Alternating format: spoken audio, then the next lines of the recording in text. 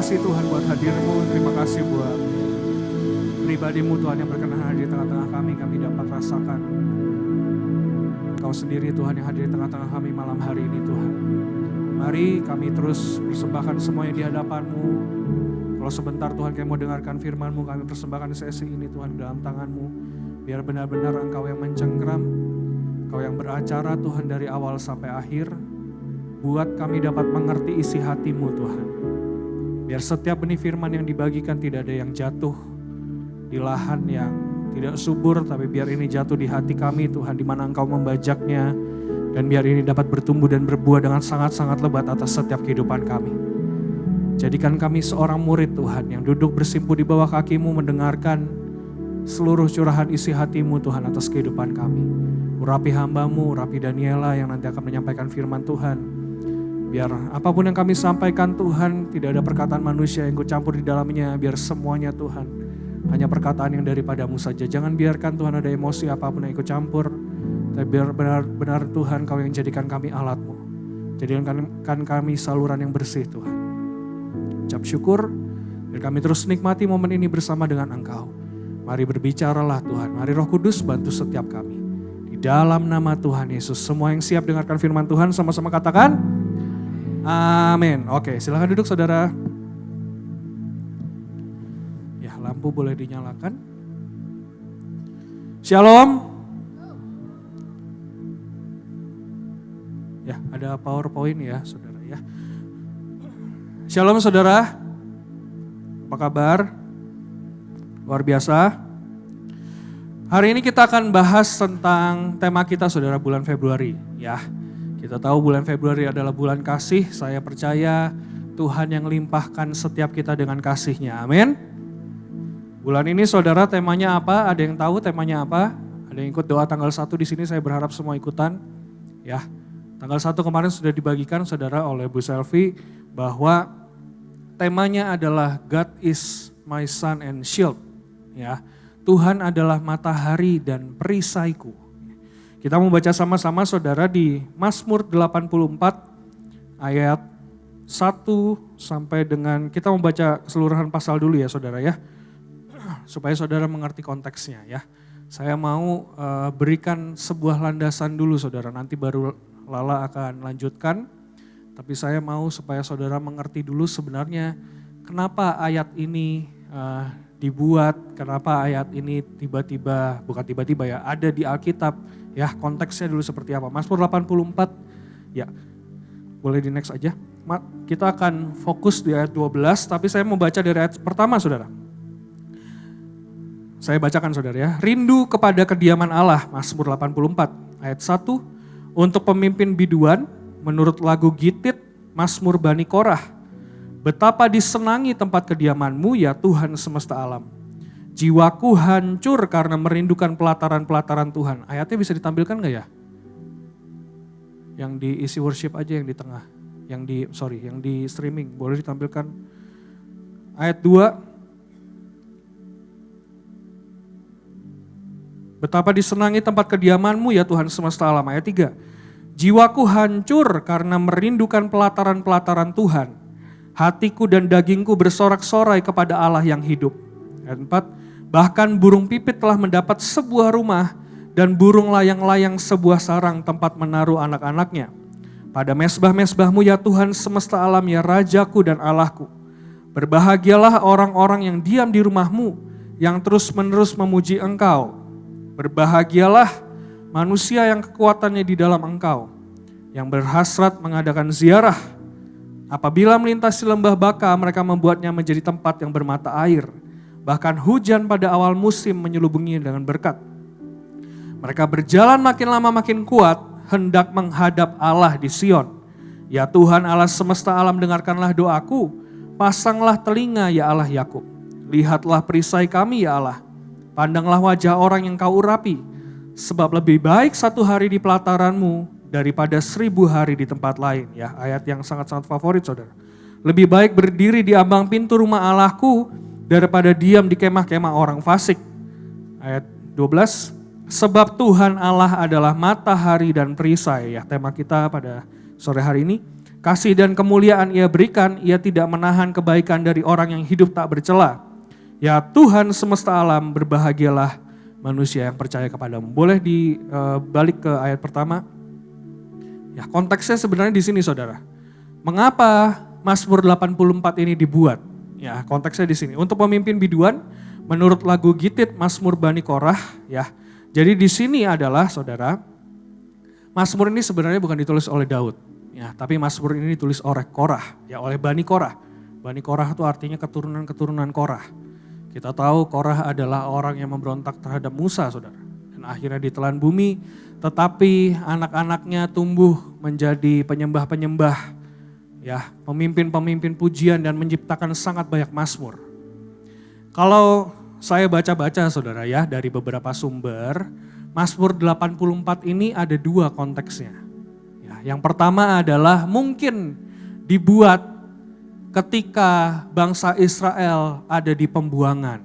Ya, jadi saat itu mungkin dia di pembuangan, makanya kenapa tadi ada kata-kata merindukan pelataran-pelataran Tuhan. Ya, betul ya. Terus habis itu ada lagi lebih baik 1 hari di pelataranmu daripada 1000 hari di tempat lain. Ya, jadi mungkin ada indikasi bahwa Mazmur ini dibuat pada saat mereka ada di pembuangan. Tapi saya mungkin akan lebih condong ke yang kedua saudara. Mazmur ini dibuat ketika mereka berziarah menuju ke Yerusalem.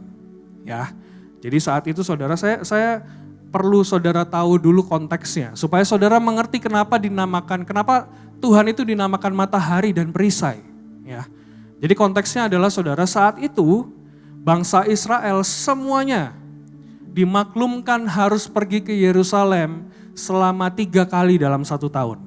Ada yang tahu saudara untuk apa? Ya, yang pertama adalah saat Paskah, ya musim semi di bulan Maret atau April saudara. Mereka memperingati keluarnya bangsa Israel dari Mesir, saya baca saudara ya. Orang Yahudi dari seluruh Israel dan bangsa-bangsa lain datang ke Yerusalem untuk mempersembahkan korban Paskah di Bait Allah. Yang kedua adalah Pentakosta atau Shavuot. Musim panas Mei atau Juni, ini adalah perayaan pemberian Taurat di Gunung Sinai, hari di mana Roh Kudus dicurahkan juga.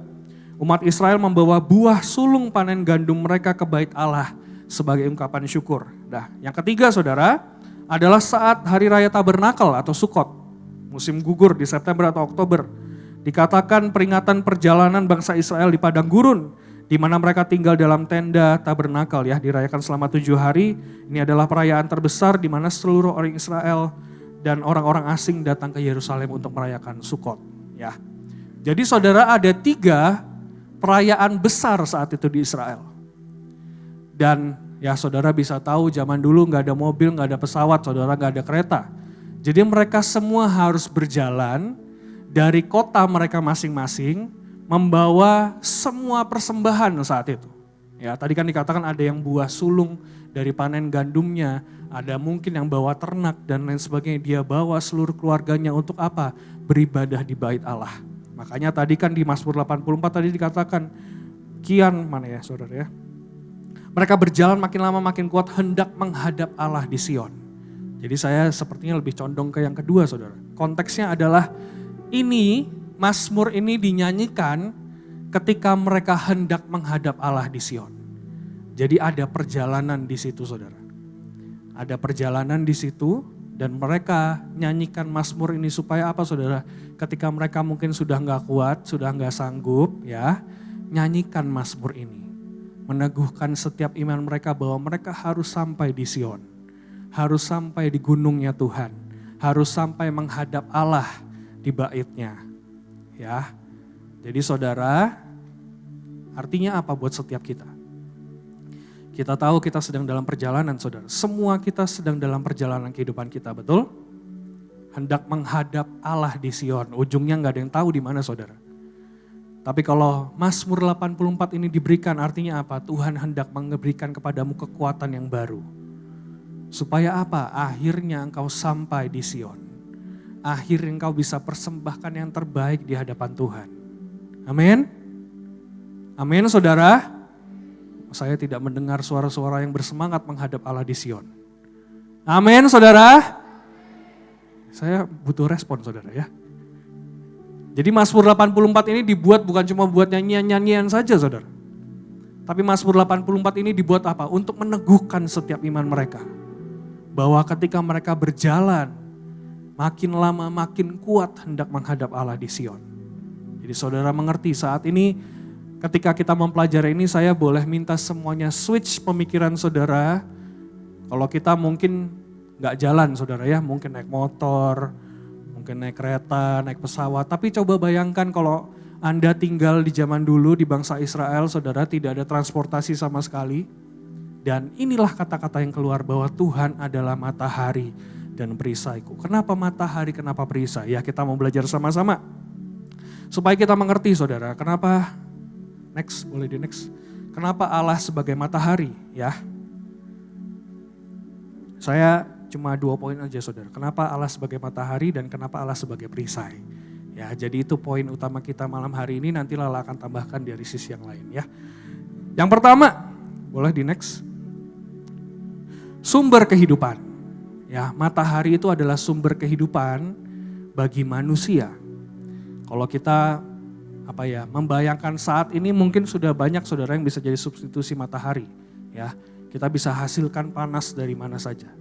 Tapi saat bangsa Israel ya, waktu zaman dulu matahari itu adalah satu-satunya sumber terutama untuk mereka bisa bertahan hidup.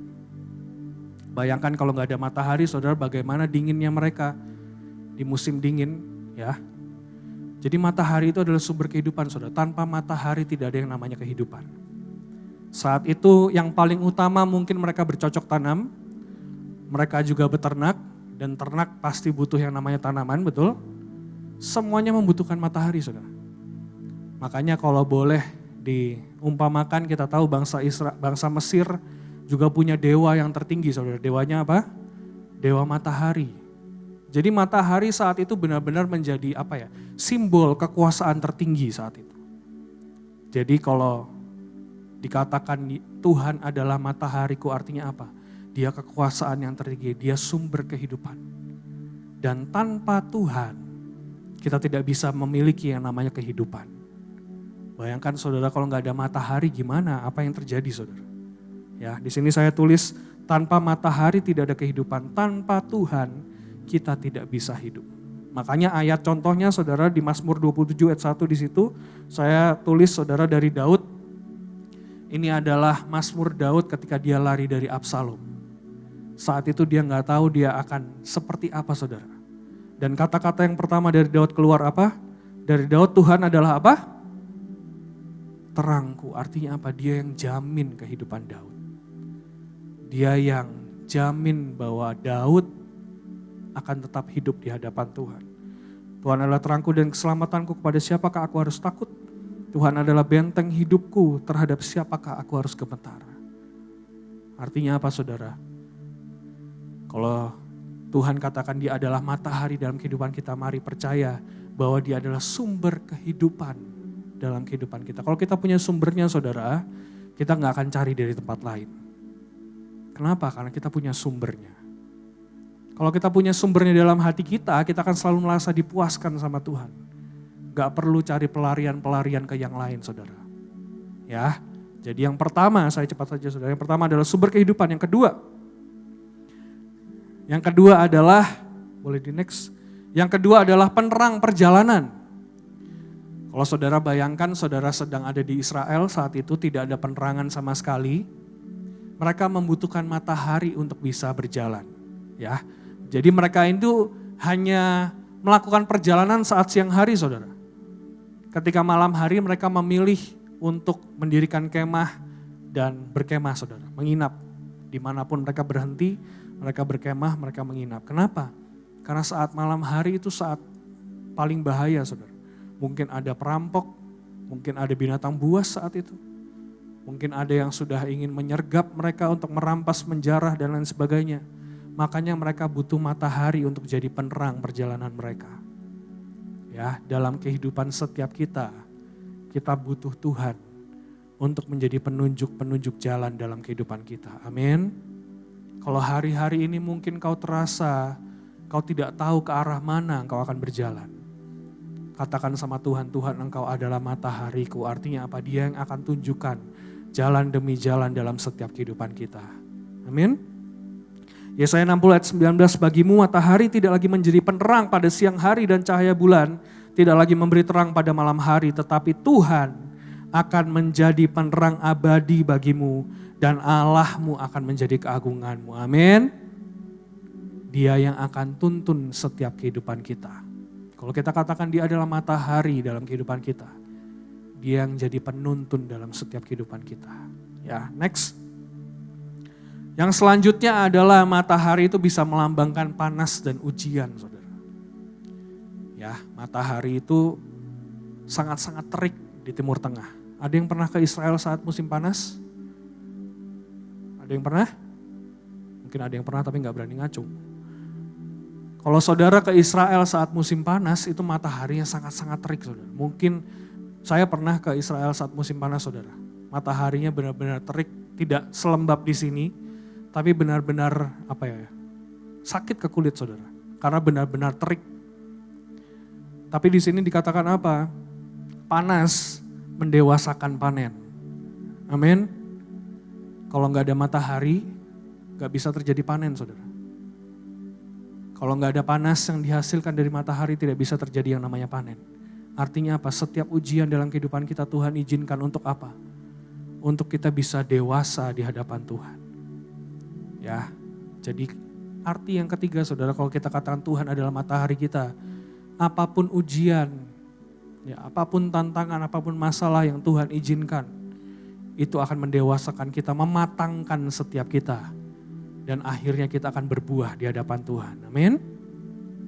Ayatnya saudara, Maleakhi 4 ayat 2 berkata, tetapi kamu yang takut akan namaku, bagimu akan terbit surya kebenaran dengan kesembuhan pada sayapnya. Meskipun matahari itu terik, tapi Tuhan katakan apa? Ada surya kebenaran dengan kesembuhan pada sayapnya. Dia menguji, tapi dia juga yang membalut setiap luka kita. Dia yang mengizinkan semuanya terjadi untuk apa? Untuk kebaikan setiap kita. Bahwa kita harus didewasakan. Amin, saudara. Ada panas, ada ujian di situ, tapi panas mendewasakan semuanya, saudara. Mendewasakan panen, ujian, mendewasakan umatnya. Dan yang terakhir, next.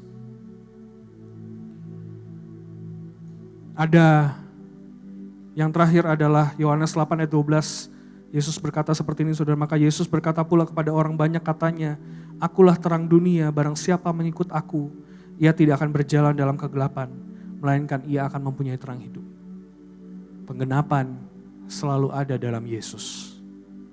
Dan kalau kita sudah menerima Yesus dalam kehidupan kita, percaya saudara, terangnya yang ajaib itu senantiasa ada dalam kehidupan kita. Amin. Tidak peduli seberapa gelap mungkin duniamu saat ini. Di dalam hatimu selalu ada Yesus yang menjadi penerang abadi bagi engkau. Karena Yesus adalah terang dunia. Dan kita memilikinya, saudara. Kita tidak akan lagi tinggal dalam kegelapan kita. Amin. Saudara bisa nangkap sampai sini? Kenapa Tuhan sebagai matahari itu penting? Tanpa Tuhan tidak ada kehidupan. Ya. Tanpa Tuhan, saudara, kita tidak bisa berjalan. Tanpa Tuhan, kita mungkin tidak akan bisa menjadi dewasa, berproses, melewati setiap proses dalam kehidupan kita. Dan tanpa Tuhan, tanpa Yesus, kita tidak bisa punya terang yang abadi. Amin. Hari ini makanya ayo mengerti bahwa Yesus adalah matahari dalam setiap kehidupan kita. Ya, next. Yang kedua adalah tentang perisai. Boleh di next aja.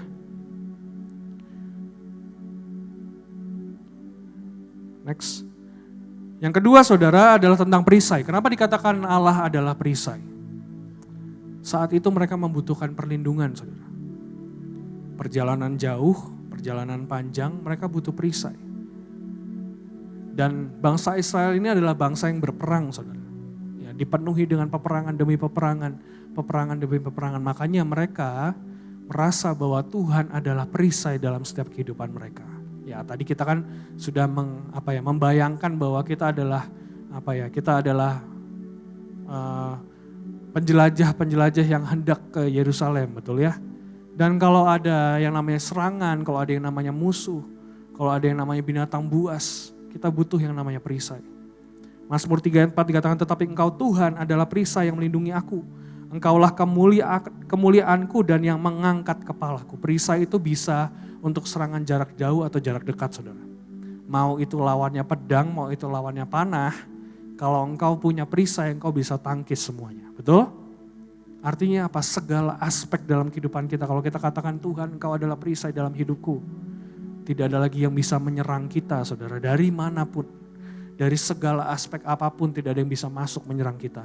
Karena Tuhan sendiri adalah perisai dalam kehidupan kita. Ya, yang pertama adalah melindungi dari serangan. Yang kedua, keamanan dalam peperangan. Karena mereka adalah bangsa yang berperang, saudara. Jadi ketika mereka katakan, engkau adalah perisai dalam hidupku. Itu tuh seperti jaminan atas kehidupan mereka. Itu seperti jaminan atas bangsa mereka ya. Aman di sini artinya jaminan, saudara. Kalau dia katakan, Tuhan adalah perisai dalam hidupku. Mereka itu merasa bahwa hidupku tuh dijamin, dilindungi oleh Tuhan sehingga merasa aman. Seperti itu, saudara, artinya. Ya, jadi kalau kita katakan Tuhan adalah perisai dalam kehidupan kita, itu adalah sebuah jaminan, perlindungan dalam kehidupan kita. Segala aspek dalam kehidupan kita dia yang sanggup lindungi, saudara. Bahkan dia yang jamin kalau ada Tuhan kita pasti selamat. Kalau ada Tuhan kita pasti temukan jalan keluar. Kalau ada Tuhan tidak ada rancangan kuasa kegelapan apapun yang dapat terjadi. Amin. Karena dia selalu tudungi setiap kita. Dia selalu lingkupi setiap kita. Adapun Allah jalannya sempurna, janji Tuhan adalah murni.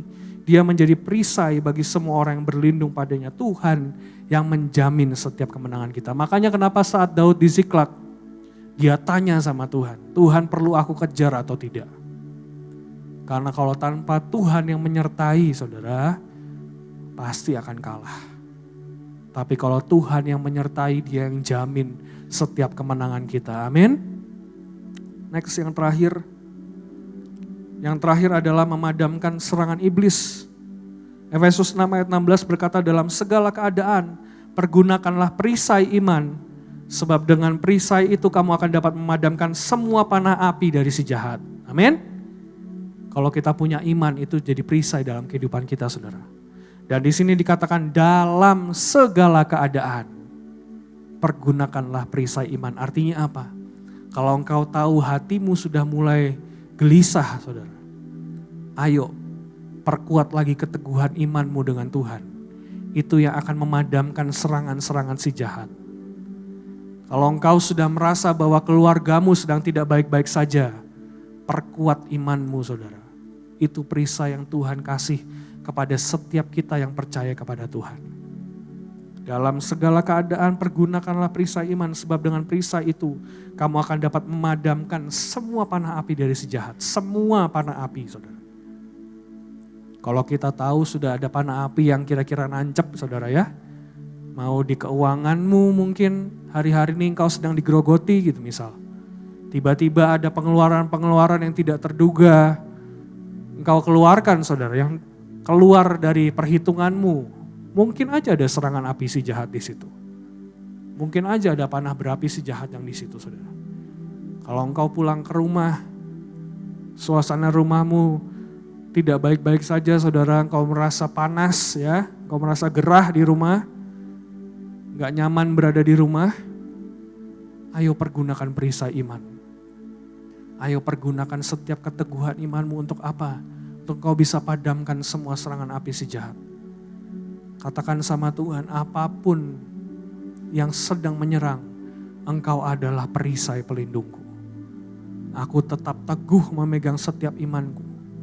Karena aku percaya engkau yang bisa padamkan semuanya. Amin, saudara. Saudara bisa paham tentang matahari? Bisa paham tentang perisai? Saya coba rangkumkan dengan sangat-sangat mudah, saudara, supaya saudara mungkin bisa menangkap dan bisa mengaplikasikannya dalam setiap kehidupan saudara ya. Tidak perlu kata-kata yang terlalu indah, saudara. Next. Saya rangkum menjadi 2 kalimat ini, saudara. Kalau kita memposisikan diri kita sebagai orang yang pergi berjalan menuju Yerusalem, mengalami perjalanan yang berat dalam setiap kehidupan kita punya perjalanan hendak menuju, menghadap Tuhan di Sion, menuju ke bait Allah. Intinya dua saudara, matahari yang menerangi setiap kita dan perisai yang melindungi kita. Artinya apa? Tuhan yang akan tuntun setiap kehidupan kita dan Tuhan yang akan menjaga kita dari segala mara bahaya. Amin. Kalau kita adalah bangsa yang berperang, saudara, bangsa Israel adalah bangsa yang berperang, selalu berperang. Dikatakan apa? Matahari adalah lambang kemenangan dan berkat Tuhan. Dan perisai adalah lambang perlindungan, jaminan, keamanan dalam pertempuran. Saya berharap setiap kita yang ada di tempat ini, kalau Tuhan kasih tema ini buat AOC, artinya apa? Semua yang ada di bawah tudung AOC, mari pelajari bahwa Tuhan adalah matahari dan Tuhan adalah perisai. Saya percaya hal-hal yang ajaib pasti terjadi saudara. Kalau engkau mengimaninya, mungkin ada yang diserang, mungkin ada yang sedang berada dalam kegelapan, mungkin ada yang sedang dalam situasi yang tidak nyaman. Ayo perkatakan Tuhan adalah matahari dan perisai dalam setiap kehidupan kita. Amin. Ada deklarasinya saudara, perjanjian matahari dan perisai. Kalau saudara mau nanti mungkin bisa hubungi pendoa atau asyir di belakang supaya bisa dibagikan dan saudara bisa perkatakan setiap hari. Keteguhan imanmu yang akan memadamkan semuanya itu adalah perisai yang Tuhan berikan dalam hidupmu. Amin. Terima kasih, Tuhan Yesus memberkati.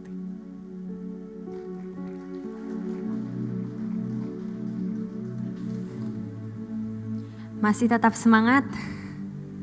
Amin? Kurang semangat? Amin? Saya rasa bahwa di bulan ini Tuhan sedang memberikan jaminan demi jaminan buat setiap kehidupan kita. Kalau tema bulan lalu adalah Glorious Grace, sebuah anugerah yang terindah, anugerah yang terbesar seperti yang ada di belakang sana. Glorious Grace. Anugerah yang sempurna yang Tuhan berikan untuk setiap kita. Dan di bulan ini Tuhan akan memperlengkapi setiap kita lebih lagi, yaitu dengan jaminan-jaminannya. Dikatakan dalam bulan ini, God is my sun and my shield. Tuhan adalah matahari dan perisai dari setiap kehidupan kita. Tadi kita sudah sama-sama belajar apa arti dari matahari. Bukan hanya menerangi, tetapi bisa membuka jalan buat setiap kita, memberikan cahaya buat setiap kehidupan kita, dan juga untuk shield bisa berbicara tentang perisai. Bagaimana Tuhan melindungi setiap perjalanan kehidupan kita. Saya ambil dalam beberapa versi dari Alkitab, ada versi Indonesianya. Yang pertama adalah, sebab Tuhan Allah adalah matahari dan perisai. Kasih dan kemuliaan Ia berikan. Ia tidak menahan kebaikan dari orang yang hidup tidak bercela. Tetapi saya ambil dari versi NIV, artinya cukup berbeda. For the Lord God is a sun and shield. Masih sama, Tuhan adalah matahari dan perisai hidup setiap kita. The Lord bestow favor and honor. Kalau di sini dikatakan Tuhan memberikan perkenanan. Dan honor itu kehormatan buat setiap kita. Masuk lebih dalam. Bukan hanya dijelaskan sebagai kasih dan kemuliaan, tetapi lebih detail, favor and honor. Perkenanan dan kehormatan Tuhan berikan buat setiap kita. Saya percaya bahwa kita adalah anak dari Raja di atas segala raja, betul? Biar hidup kita di bulan ini dipenuhi oleh perkenanan Tuhan. Apapun yang kita lakukan, Tuhan berkenan. Hidup kita menjadi penyembah yang sejati di hadapan Tuhan. Dan dikatakan lagi, no good thing does He withhold. Tidak ada hal yang baik yang Dia tahan. From those whose walk is blameless. Untuk orang-orang yang berjalan tak bercela di hadapannya. Sepakat dengan Tuhan. Hidup di dalam kebenaran Tuhan. Kita lihat dari versi satu lagi dari ASV dikatakan, for Jehovah God is a sun and a shield. Jehovah itu adalah matahari dan perisai setiap kehidupan kita. Jehovah will give grace and glory. Kalau ini dikatakan Tuhan memberikan anugerah dan kemuliaannya buat setiap kehidupan kita. Saya rasa tidak kebetulan bulan kemarin adalah Glorious Grace, sebuah tema yang berkesinambungan. Tuhan sudah memberikan anugerah itu buat setiap kehidupan kita. Anugerah dan kemuliaannya menjadi bagian kita. Asal ada bagian yang harus kita lakukan sama-sama. No good thing will he withhold from them that walk uprightly. Intinya hidup kita itu harus hidup sebagai orang-orang benar di hadapan Tuhan. Nanti kita mau sama-sama belajar secara singkat. Dikatakan God is my son, tadi sudah dijabarkan oleh Derian dengan sangat detail, dengan sangat baik. Yang mau saya tekankan di sini adalah ketika Tuhan menjadi matahari buat setiap kehidupan kita, Tuhan juga memberikan yang namanya firman-Nya buat setiap kehidupan kita. Anggap aja firman Tuhan itu sebagai instructions manual for human living. Sebuah buku panduan untuk manusia. Kalau kita berbicara misalnya kita pergi ke sebuah toko elektronik misalnya, kita beli sebuah TV. Pasti di dalam dusnya ada yang namanya buku panduan, betul ya? Bagaimana digunakannya, bagaimana dipasangnya, bagaimana supaya TV itu bisa nyala. Nah, Tuhan sudah memberikan yang namanya firman Tuhan, Bible, Alkitab, menjadi panduan manual buat setiap hidup kita untuk hidup sebagai orang-orang benar di hadapan Tuhan. Pertanyaannya saudara, sudahkah kita menggunakan firman Tuhan sebagai panduan hidup kita sampai hari ini? Atau jangan-jangan ketika kita sudah masuk lebih dalam bersama dengan Tuhan, bahkan Tuhan percayakan yang sangat ajaib buat setiap kehidupan kita. Mungkin pelayanan, mungkin pekerjaan yang sangat baik buat setiap kita yang sudah kita doakan jauh-jauh di masa yang lalu. Dan kita melupakan panduan manualnya untuk kita bisa berjalan seperti yang Tuhan inginkan. Di Alkitab dijelaskan loh dengan sangat jelas apa yang Tuhan inginkan, apa yang Tuhan tidak inginkan, apa yang dosa dan apa yang tidak dosa. Bahkan diajarkan bagaimana supaya hidup kita bisa bergaul karib dengan Tuhan. Apakah kita masih menggunakan panduan manual yang Tuhan berikan buat setiap kita? Dikatakan dalam firman-Nya, Mazmur 119 ayat yang ke-105, kita sudah sama-sama tahu ya saudara, firman-Mu itu pelita bagi kakiku dan terang bagi jalanku. Kalau kita aja udah gak pernah baca firman misalnya saudara, bagaimana kita mempunyai terang buat jalan kehidupan kita. Jangan pernah salahkan Tuhan, suatu hari nanti janjinya tidak digenapi dalam setiap kehidupan kita. Pertanyaannya, sudahkah kita membaca firman setiap hari? Ini mungkin sebuah reminder yang sangat sederhana ya saudara. Sejak saya di sekolah minggu, ayah saya selalu berkata harus baca Alkitab setiap hari. Saya khususnya kata ayah saya harus baca Amsal setiap hari. Supaya ada selalu hikmat yang dari Tuhan yang Tuhan berikan untukmu katanya. Mungkin engkau sudah pelayanan, mungkin engkau sudah mengenal kekristenan jauh dalam bersama dengan Tuhan. Tapi mungkin ada saatnya kita melupakan apa yang menjadi dasar kekristenan kita di hadapan Tuhan. Apalagi ketika engkau adalah seorang pelayan, mungkin pelayan mesbah dan engkau sudah tidak baca Alkitab sampai hari ini, bertobatlah. Kerajaan Tuhan sudah akan datang gitu. Bagaimanapun kita sebagai pelayan-pelayan Tuhan, kita adalah seseorang yang mengalirkan hadirat Tuhan. Kita yang mengalirkan firman Tuhan. Mungkin engkau tidak memberitakan firman di tempat ini, tapi melalui setiap pelayanan yang Tuhan berikan dalam hidupmu, selalu ada berkat yang disalurkan kepada setiap orang-orang yang mendengar. Saya pernah mendengar sebuah kesaksian saudara. Ada seorang usher di luar negeri, ayah saya pernah cerita. Kerjaan dia setiap minggu adalah memberi jabatan tangan buat setiap jemaat yang datang dan hadir gitu. Suatu saat Tuhan taruh dalam hatinya, nak, pakai minyak urapan di tanganmu. Katakan setiap orang yang engkau berikan jabatan tangan, hidupnya diubahkan, bahkan setiap sakit disembuhkan, bahkan pemulihan keluarga terjadi buat hidupnya. Singkat cerita, orang ini hanya nurut sama Tuhan. Berkali-kali dia lumuri tangannya dengan minyak urapan, setiap ibadah dia setia, dan suatu hari terjadi apa yang Tuhan katakan, Tuhan nyatakan kemuliaan lewat hidupnya. Ada seseorang yang berbeban berat, yang sudah mau mengakhiri hidupnya, ketika berjabatan tangan ada sebuah damai yang disalurkan. Dan keselamatan itu terjadi buat kehidupan seseorang. Jadi siapapun engkau, pasti Tuhan pakai dirimu secara maksimal di hadapannya. Asalkan fondasimu harus kuat di hadapan Tuhan.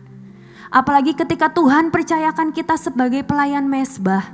Saya ingat dengan sangat jelas, Pak Daniel pernah berkata, engkau adalah imam berdiri di barisan paling depan. Bagaimana seseorang yang berdiri di barisan paling depan harus menjadi seseorang yang sangat kuat untuk berdiri untuk barisannya. Mari mulai hari ini perbaiki kehidupan kita dengan Tuhan. Saya diingatkan dengan sebuah lagu, kita mau sama-sama nyanyikan sebentar. Firman-Mu pelita bagi kakiku. Biar ini menjadi peringatan, menjadi reminder buat setiap kita. Firman-Mu pelita bagi kakiku, terang bagi jalan. Katakan, firman-Mu itu pelita bagi kakiku dan terang bagi jalanku. Firman-Mu pelita bagi kakiku, terang bagi jalanku. Katakan sekali lagi, firman-Mu pelita bagi kakiku. Biar kita selalu ingat bahwa firman Tuhan itu adalah besar kuasanya untuk setiap kehidupan kita. Ada saatnya mungkin kita meremehkan semuanya. Oh mungkin gak ada yang tahu, saya gak pernah baca firman sampai hari ini. Tetapi Tuhan tahu dan mengenal hatimu. Jadikan firman Tuhan menjadi fondasi kehidupan kekristenan kita di hadapannya. Waktuku bimbang dan hilang jalanku. Waktuku bimbang dan hilang jalanku, tetaplah Kau di sisiku,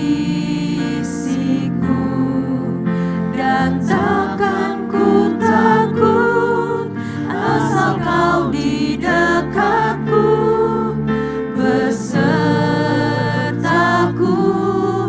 selamanya.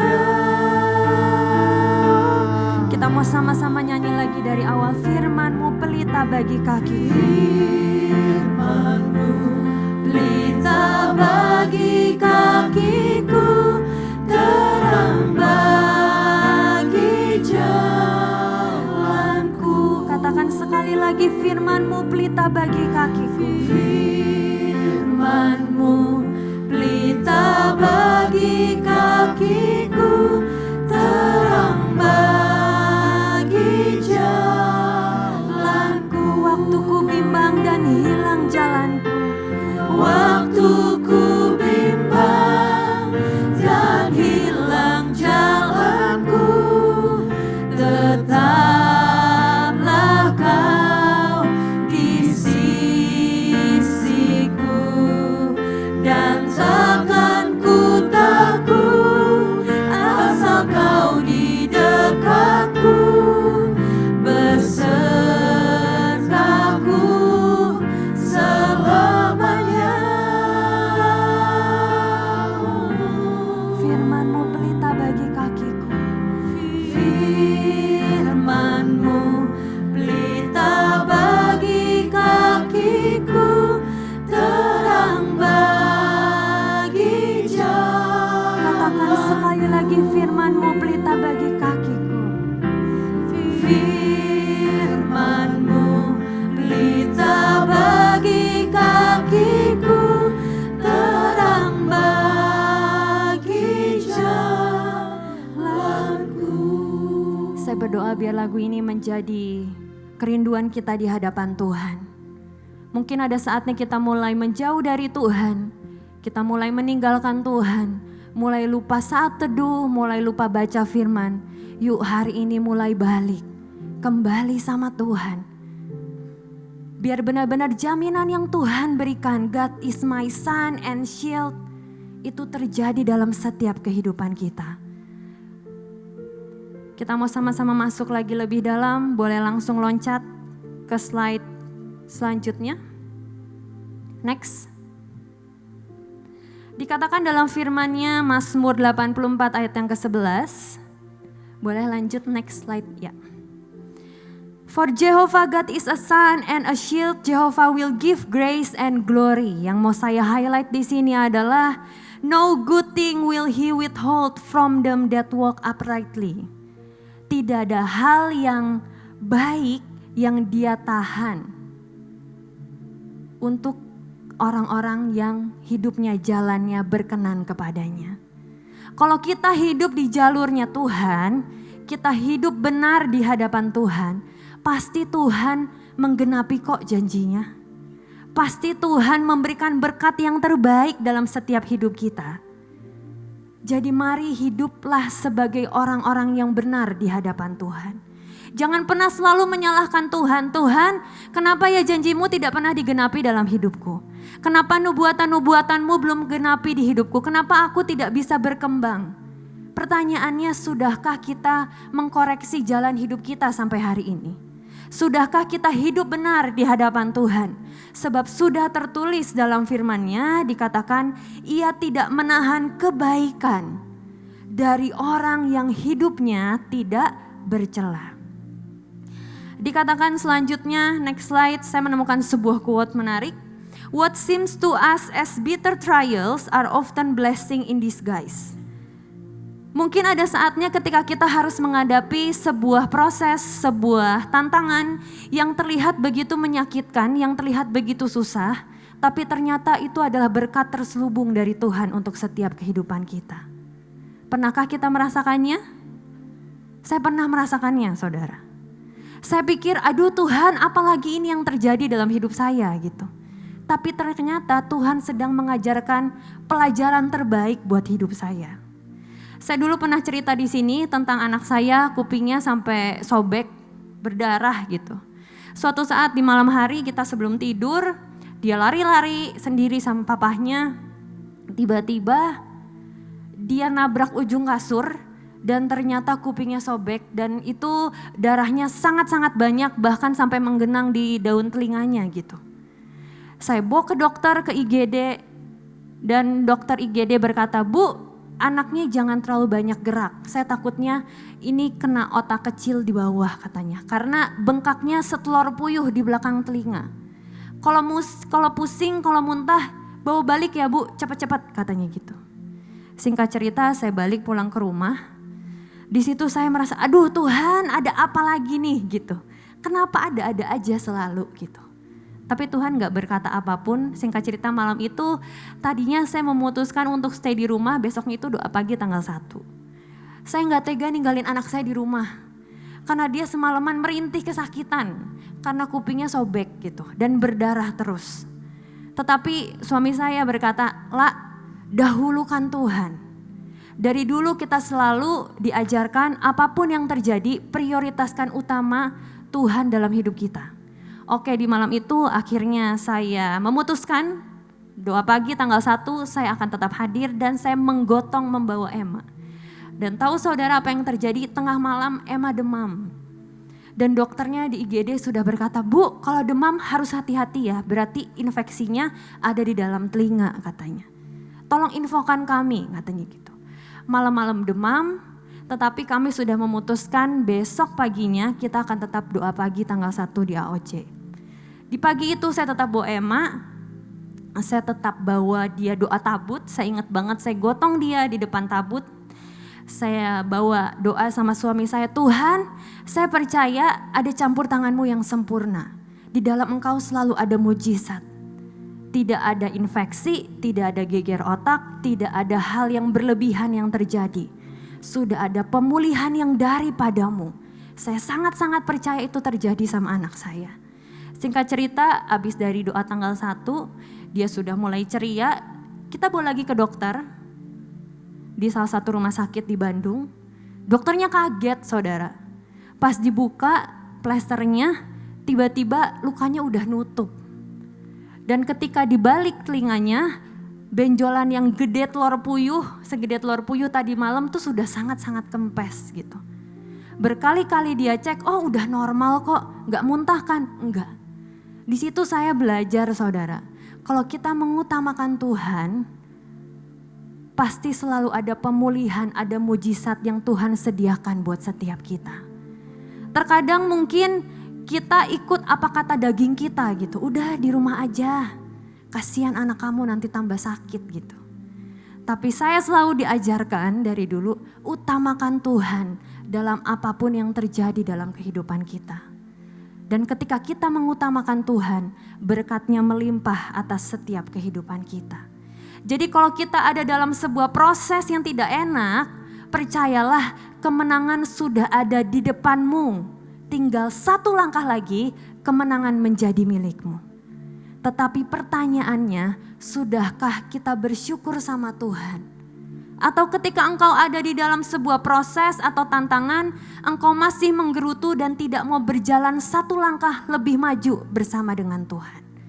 Boleh slide selanjutnya? Pertanyaannya saudara, sudahkah kita bersyukur? Sudahkah kita bersyukur bahwa kita ada sampai hari ini? Kita bisa hidup dengan sehat, kita bisa mempunyai keluarga yang terbaik, kita masih ada di tempat ini bisa melayani Tuhan, kita masih bisa datang ke ibadah AOC di malam hari ini. Sudahkah kita bersyukur? Dan bisakah kita bersyukur di atas setiap tantangan dan proses yang Tuhan berikan dalam setiap hidup kita? Mari deklarasikan kemenangan itu bersama dengan Tuhan. Mungkin kemenangan itu belum terlihat dengan kasat mata kita. Tetapi saya sangat-sangat percaya saudara, dari dulu Tuhan punya perhitungannya sendiri dalam setiap kehidupan kita. Ada saatnya kita belum melihat kemenangan itu, tapi mungkin di kacamata Tuhan, nak, satu langkah lagi kemenangan itu menjadi milikmu. Tetapi maukah kita melangkah lebih jauh bersama dengan Tuhan? Atau kita tetap komplain dan menggerutu, kenapa semuanya tidak berkembang? Kenapa semuanya seperti ini aja? Kenapa saya seperti ini? Kenapa ini seperti ini? Kenapa semuanya seperti ini? Itu seperti orang yang berdiri di posisi yang sama dan tidak melangkah ke depan. Kenapa enggak kita mengucap syukur dan menyelesaikan bagian yang Tuhan percayakan dalam setiap hidup kita? Dibandingkan selalu mempertanyakan tentang semua hal yang terjadi. Karena saya percaya Tuhan sedang menunggu kita di garis finish bersama dengan Tuhan. Satu kunci saudara yang selalu saya pegang dari dulu adalah setia, setia, setia. Setia dikala engkau tidak tahu apa yang harus engkau perbuat, tapi setialah dalam setiap hal yang engkau sudah dipercayakan sama Tuhan. Setialah dikala banyak proses dalam kehidupan kita dan bertahan sampai akhir bersama dengan Tuhan. Setialah dalam setiap tanggung jawab yang Tuhan berikan sampai hari ini. Buat saya pribadi saudara, ujian terberat saya adalah untuk setia doa pagi setiap hari. Jujur, itu ujian terberat buat hidup saya. Karena ketika ayah saya sudah dipanggil Tuhan pulang, satu hari setelahnya ibu saya langsung datang kepada saya dan berkata, "La, mulai hari ini doa pagi adalah PIC-nya adalah kamu." Saya bertanya sama Tuhan, Tuhan apa yang harus saya lakukan gitu. Jujur ada hari-hari di mana saya bingung. Tuhan, untuk doa pagi gimana ya caranya untuk dikembangkan? Bagaimana ya caranya supaya dapat bisa memberkati orang-orang lain? Tapi saya selalu diingatkan dengan kata-kata setia, setia, setia. Jikalau engkau bingung harus ngapain, setia aja. Tuhan pasti melakukan bagiannya kok dalam setiap kehidupan kita. Asal motivasi kita tulus dan mau ikut dengan aliran Tuhan. Contohnya saudara, waktu tanggal 26 Februari, waktu saya berumur 26 tahun. Itu pas doa pagi 26 Februari, saya umur 26 tahun itu pas ada doa pagi spesial, kalau gak salah Purim, kalau gak salah. Saya tuh jujur Tuhan, saya gak tahu harus ngapain gitu. Tapi saya benar-benar rindu mengikuti apa yang menjadi kerinduanmu. Dan saya sangat-sangat percaya bahwa setiap tanggung jawab yang Tuhan berikan untuk kita emban adalah proyek Tuhan dalam hidup kita. Kalau kita sudah diberikan proyek sama Tuhan, sudah pasti itu akan berkembang di dalam tangan kita, betul? Tuhan tidak akan pernah memberikan sesuatu yang pasti sia-sia dan habis dalam tangan kita gitu.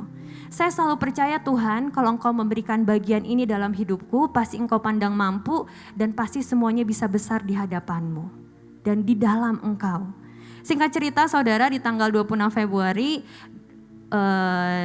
di hari Purim itu, saya cuman berdoa Tuhan, biar di hari ini, di hari Purim ini terjadi pembalikan keadaan, terjadi sesuatu atas doa pagi.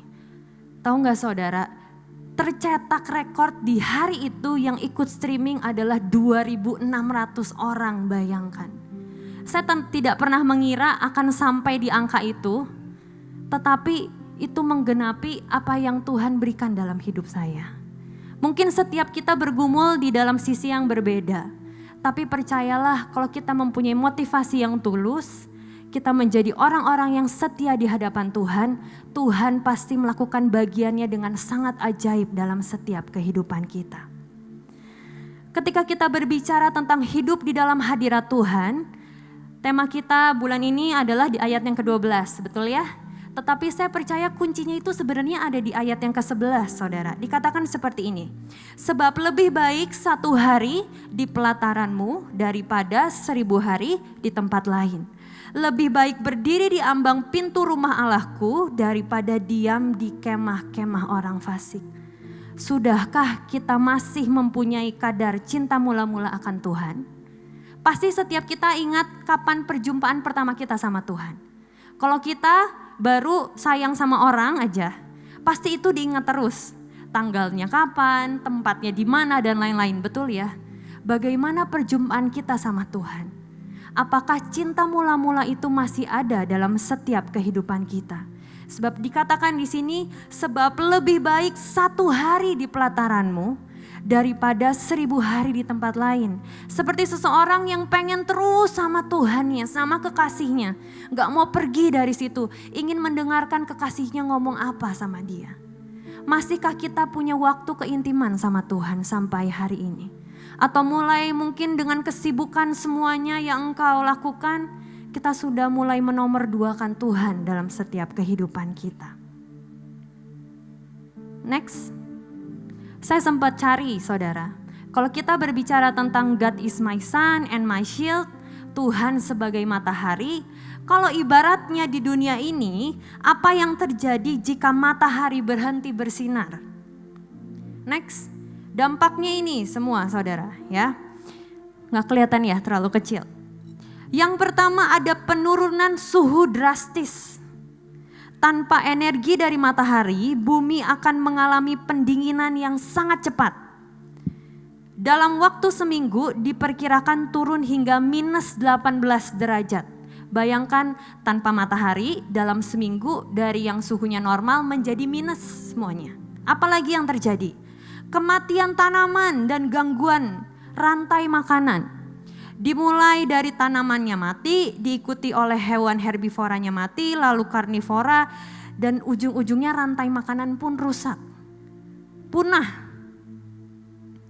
Selanjutnya pembekuan laut. Ada juga kehilangan cahaya dan pengaruh psikologis. Jadi ternyata saudara, kalau manusia itu hidupnya tanpa cahaya matahari akan terjadi gangguan di psikologisnya. Karena tidak pernah melihat terang. Yang kelima, dampaknya apa? Perubahan gravitasi dan orbit. Planetnya nanti gerak-gerak sendiri semuanya. Dan semuanya berantakan. Itu dampaknya, bayangkan. Kalau sudah tidak ada matahari di dunia ini. Kondisinya seperti apa? Dalam beberapa menit pertama, jika matahari tidak ada, bumi menjadi gelap total. Tidak ada cahaya sama sekali. Dalam beberapa jam suhu mulai menurun. Yang tadi dikatakan langsung drop suhunya. Otomatis itu ngaruh ke semua makhluk hidup di dunia ini. Dalam beberapa hari bumi mulai membeku, freezing. Dalam beberapa bulan atmosfer dan lautan sudah mulai membeku. Bayangkan semuanya membeku dan tidak ada yang bisa bergerak. Yang terakhir, dalam beberapa tahun, atmosfer membeku dan kehidupan punah. Bahkan tidak ada lagi yang bisa hidup. Ini contoh dampak dari matahari jika tidak bersinar lagi di dunia ini. Next, yang saya mau ingatkan seperti ini saudara. Seperti bumi yang kehilangan matahari dan terjadi kebekuan bahkan kepunahan di berbagai aspek, jangan sampai hidup kita kehilangan Tuhan dan menjadi beku tanpa kita sadar. Hati-hati dengan kebekuan. Saya mencatat ada beberapa ciri-ciri orang yang sudah menuju kebekuan. Hidupnya tidak terarah. Hidupnya sudah merasa semuanya hambar, tidak ada warnanya. Sudah mulai menjauh dari Tuhan. Sudah mulai ingin menghilang. Itu adalah ciri-ciri orang yang sudah mulai masuk kebekuan. Setiap dikasih firman misalnya mental terus. Selalu mempertanyakan kenapa ini, kenapa ini. Hidupnya sudah tidak ada visi dan misi ke depannya. Itu adalah orang-orang yang beku. Jangan sampai hidup kita beku lebih lama dan justru kita meninggalkan Tuhan. Sebab sudah jelas dikatakan dalam firman-Nya, Tuhan adalah matahari buat setiap kita. Kalau kita aja kehilangan Tuhan, sudah pasti kita menjadi orang-orang yang beku. Pegangannya hilang kok. Orang jalan misalnya yang tadinya bergandengan, tiba-tiba gandengannya hilang, jalan sendiri. Bisa gak dia sampai tujuan? Saya rasa gak bisa. Sampai hari ini kita bisa hidup semuanya ada karena anugerah Tuhan. Tanpa Tuhan kita siapa sih? Kita selalu berdoa sama Tuhan, Tuhan paksakan rencanamu jadi dalam hidupku. Kenapa? Karena kita perlu Tuhan buat semuanya. Bahkan dulu ayah saya pernah kesaksian. Tanpa Tuhan dia coba waktu itu Tuhan pernah mengajarkan sesuatu dengan dia. Hal yang simpel aja. Kalau kita merasa bahwa kita bisa pakai kekuatan manusia, bahkan dulu dia mau nyendokin makanan ke mulut aja, kenanya ke pipi terus gitu. Terus Tuhan ajarkan, sampai hal tersimpel dalam hidupmu, kamu butuh Tuhan. Percayalah saudara, kita ada sampai hari ini, kita perlu Tuhan. Semuanya hanya karena anugerah Tuhan. Jadi jangan sampai ada kebekuan dalam setiap kehidupan kita. Next. Mazmur 84 ayat yang ke-11 tadi dikatakan, sebab lebih baik 1 hari di pelataranmu daripada 1000 hari di tempat lain. Sadarilah bahwa kehadiran Tuhan itu ada di dalam setiap aspek kehidupan kita. Jangan cuma merasa bahwa aku merasakan Tuhan hanya ketika aku ada di gereja atau beribadah. Tuhan ada di mana-mana saudara. Cuman yang diperlukan adalah komunikasikan hidupmu dengan Tuhan. Aktifkan Roh Kudus dalam setiap kehidupan kita. Jadikan Tuhan sahabat terbaik dari hidup setiap kita. Saya dari dulu diajarkan jadikan Tuhan sahabat. Jadi ketika saya sedih, saya susah, saya bingung, saya nangis, saya selalu cerita sama Tuhan. Dan selalu ada kedamaian yang melebihi segalanya itu masuk ke dalam hidup saya. Jadi mulai hari ini kalau engkau mungkin ada masalah, engkau mungkin ada hal yang perlu didoakan, cari Tuhan, doa sama Tuhan. Selalu ada pengharapan dan jawaban di dalam Tuhan. Justru jangan kecewa dan menjauh dari Tuhan. Sumbernya ada di Tuhan. Jangan justru kita menarik hidup kita lebih jauh dari Tuhan. Berada di hadirat Tuhan bukan hanya saat kita ada di gereja yang tadi saya katakan. Melainkan ketika kita sadar bahwa Dia ada dalam setiap aspek kehidupan kita. Kalau kita mengamini bahwa jaminan Tuhan di bulan ini terjadi dalam setiap kehidupan kita, mari perbaiki hubungan kita sama Tuhan. Balik sama Tuhan. Punyai kembali cinta mula-mula kita sama Tuhan. Boleh loncat di ayat yang terakhir, di slide yang terakhir. Dikatakan dalam Matius 6 ayat yang ke-33, tetapi carilah dahulu kerajaan Allah dan kebenarannya, maka semuanya itu akan ditambahkan kepadamu. Mari prioritaskan Tuhan sebagai yang terutama dalam setiap kehidupan kita. Saya tahu bahwa kita harus hidup seimbang, betul. Tapi kalau kita contohnya bangun pagi aja, yang dicari bukan Tuhan, yang dicari handphone, prioritasnya siapa. Kalau kita memprioritaskan Tuhan, baru bangun di pagi hari ngucap syukur sama Tuhan. Tuhan, terima kasih ya buat hari ini. Engkau sudah memberikan 1 hari lagi buat aku hidup bersama dengan Engkau. Itu namanya memprioritaskan Tuhan. Ada masalah atau ada hal keputusan yang sulit di depan, berdoa sama Tuhan, cari Tuhan, jangan cari yang lain. Itu namanya prioritaskan Tuhan. Jangan jadikan Tuhan ban serep dalam setiap kehidupan kita. Jangan cari Tuhan hanya ketika kita butuh dan perlu, tetapi cari Tuhan di setiap waktu kehidupan kita. Bergaul karib sama Tuhan. Pasti perjalanan hidup kita akan indah bersama dengan Tuhan. Kita mau sama-sama bangkit berdiri. Mari sama-sama nyanyikan pernyataan yang sempurna yang tadi Ji sama.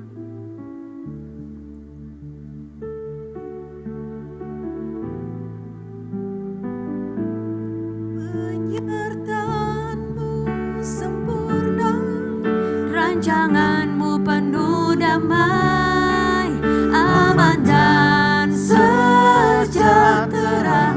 Walau di tengah badai, ingin ku selalu bersama, rasakan keindahan